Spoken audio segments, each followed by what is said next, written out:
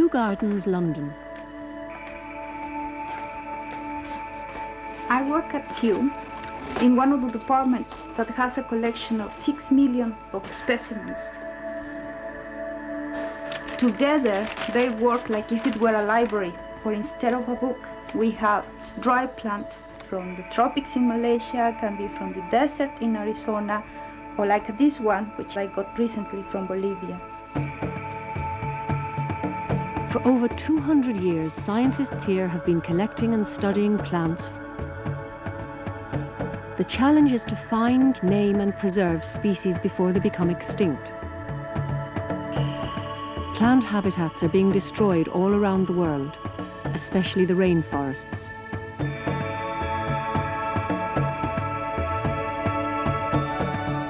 This is the closest Britain gets to a rainforest. Scientists at Kew have built a living laboratory to study how many different plant species come together to create such a special environment.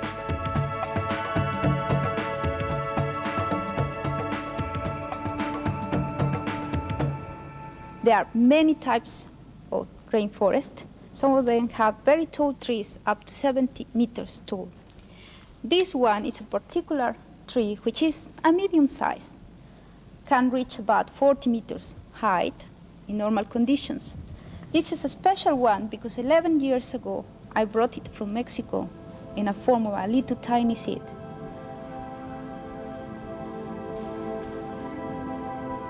Now we are about 25 meters above the ground that we were before, and we have reached one of the layers of the canopy in the rainforest. Here is really where the action for the plant begins, where the photosynthesis will take place, where the food for itself is going to be produced, and in addition released oxygen, which is important for all the living organisms in the earth.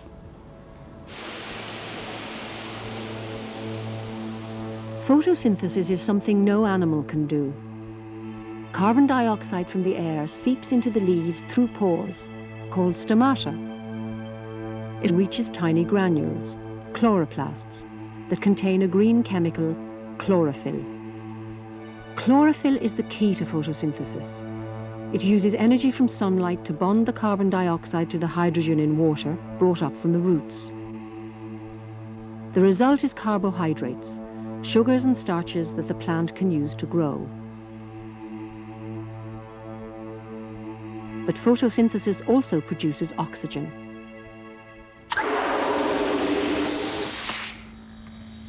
Every day, each person on the planet needs to absorb several hundred balloon volumes of pure oxygen from the air. And we each produce several hundred balloon volumes of carbon dioxide. So the Earth's atmosphere is in a constant balance.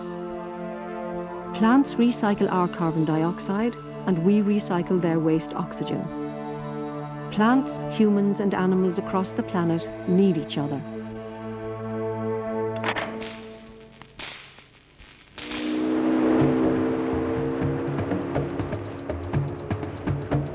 Dave Shaw is a biologist.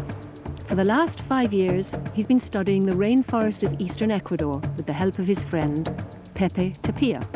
Dave Shaw and me, we became friends when he was in my shop, and we were talking about some big problems that we have, and he didn't believe me. So he said, next year I will be back and you can take me and I can see with my own eyes. This Ecuadorian rainforest is really, really special, and because this is the paradise. This is really beautiful.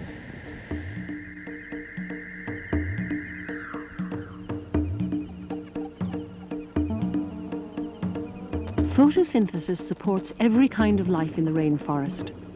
A huge range of insects and animals depend directly or indirectly on plants for food. The range of species here is greater than anywhere else on Earth. So many species that some haven't even been named yet.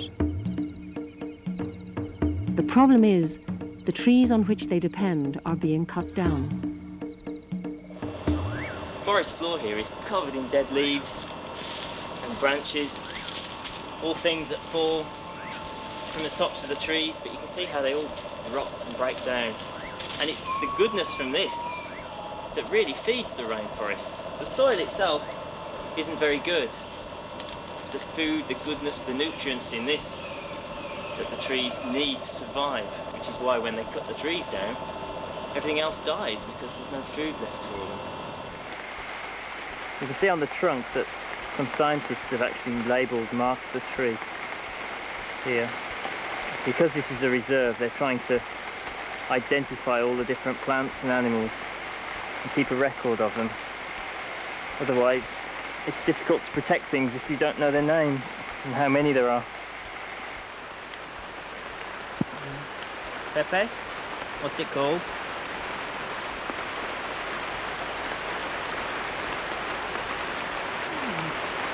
It's good.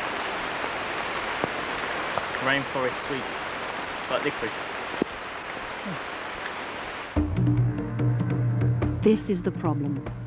An oil pipeline has just been laid through the rainforest. At the moment, it's just a pipeline. But oil companies also plan to build roads and create traffic. That could destroy the homeland of native people like the Waorani tribe. The situation in this Waorani people is hard for them because they live deep in the forest. They are the most beautiful tribe. Still now, they live like 100 years ago. These people, they are really peaceful. They are always smiling. They are always laughing. They are free. For Waorani, this is really important because this is their house. And if they need something to eat, they just go on the forest and they just eat. So if somebody goes and destroys, chop down trees, they won't get food anymore. The Waorani are not alone. Around the world, native people want to keep their traditional way of life. But they also need cash to buy things like medicines. It's a dilemma. Here in the country, Ecuador, we need money from Europe, from America, and multinationals companies. They come into the rainforest and they are allowed to come and to get oil, to get timber. I think this is bad because the rainforest is getting destroyed really, really fast.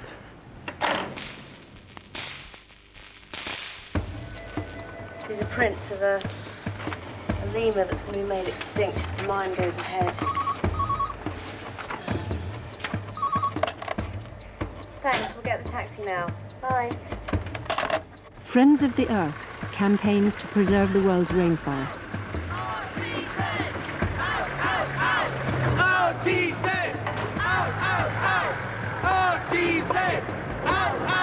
RTZ, the world's biggest mining company, is planning to mine a rainforest in Africa, and we're going along to the annual general business meeting to try and persuade them not to go ahead with this project.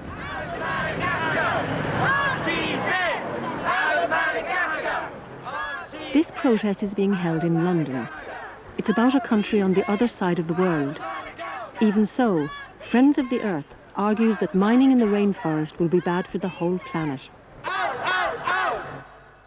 Many countries desperately want to develop their own natural resources and look for the help of a responsible international group like us to help us. And we have a whole queue of them coming to us. And why do they do that? It's because they too want the benefits of economic development. They want the taxation and royalty income we can bring to them when they're often very hard pressed to make basic social provision. They want the infrastructure, they want the skills, they want the technology, they want the expertise that we can bring.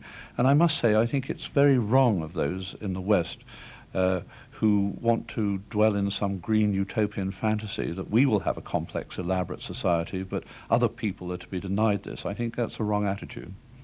The world's rainforests are crucial to the future of our planet. They supply the very oxygen that we breathe and are homes to thousands of species of plants and animals found nowhere else, and that could be of great benefit to us. For example, extracts from plants found in rainforests supply the cure to many terrible diseases such as leukemia.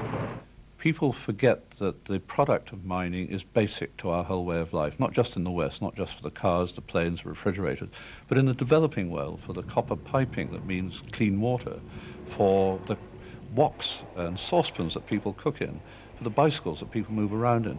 So it's not that you haven't got to have mining. Of course we've got to have mining. The only issue is whether it's responsible mining. We too want to see that areas of great natural beauty and special ecology are protected. But if the government gives permission for a well-managed mine to go ahead, it's actually far less destructive than logging, which can occupy an enormous area, cattle ranching, which can lead to ecological devastation. So I don't feel any reason to be defensive about the impact of a well-managed mine, which may occupy an area no greater than that of an industrial estate on the edge of an English town.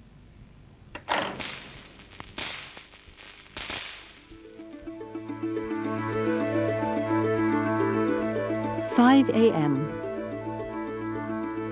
At one of Britain's biggest tomato nurseries, it's time for breakfast.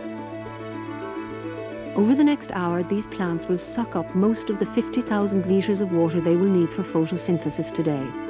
It's pumped to their roots.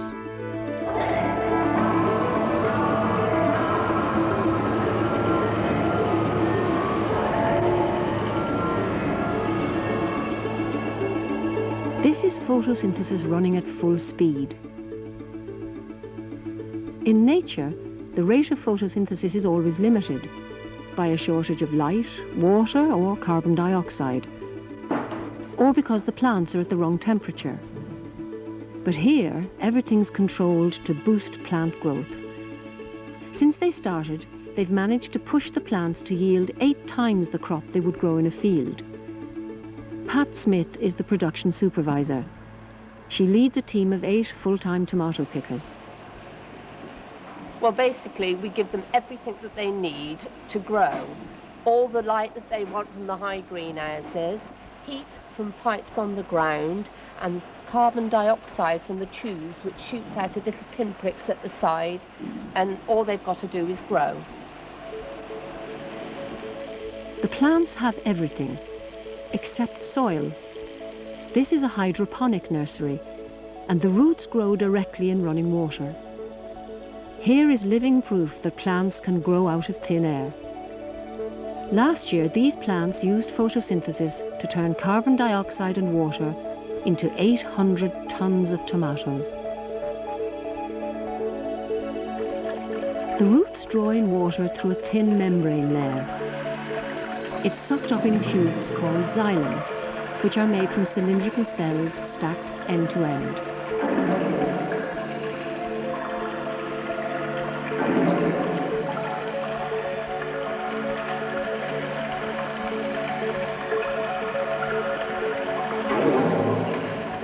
When the water reaches the leaves, it's used for more than photosynthesis. Another process, transpiration, keeps the plants cool. The cooling happens through evaporation. Liquid water turning into vapor takes heat away as it passes out through the stomata.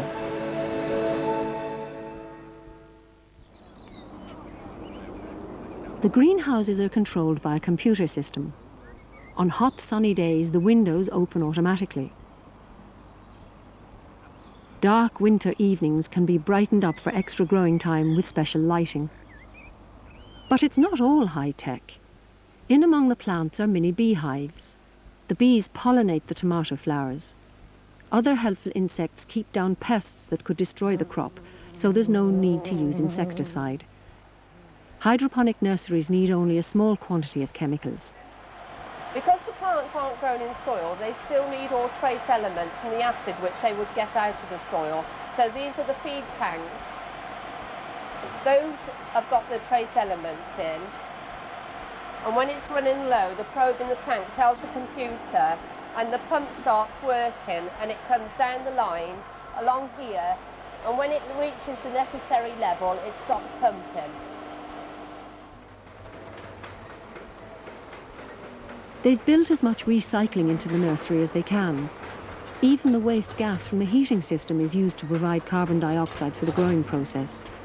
It all uses a lot of energy, but growing tomatoes like this guarantees consumers a quality product all year round.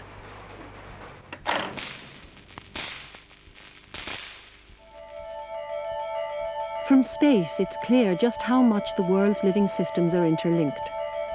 And human spaceflight has shown how difficult it is for us to survive away from Earth. Until now, astronauts have had to take all their oxygen with them.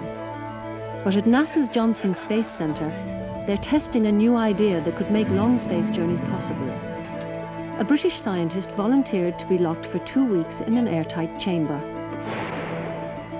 I'm in an airlock which is attached to a chamber full of wheat, which is growing using artificial lighting in hydroponic solutions. They're providing my oxygen and they're taking up my carbon dioxide. Both in the morning when I'm working normally, when I'm exercising in the afternoon, and when I'm asleep, the plants take up that carbon dioxide and produce oxygen for me through photosynthesis. When I walk into the plant growth chamber, it's like a breath of fresh air, really, apart from the fact that it's an increase in volume. It also makes you feel a little bit like you're outside. It smells very different. It's like walking into a greenhouse almost. Nigel was kept alive by 22,000 wheat seedlings. They were grown in an area of 10 square meters, using the same technology that tomato nurseries use on Earth. We can get to a full harvest in about 90 days, in other words, from grain to seed. The reason I'm wearing glasses is we've got high-pressure sodium lamps in here, which put out the equivalent of about 1 sun, so it's pretty bright. The other thing is I'm wearing hearing protection in my right ear and the comm on my left, because we've got 2 large blowers sitting right down here, which put out quite a lot of noise. Of course, the door going into the airlock is padded pretty heavily, so I don't hear that noise in the airlock itself. The experiment worked. Nigel was the first person to experience what life on a plant-powered space mission could be like.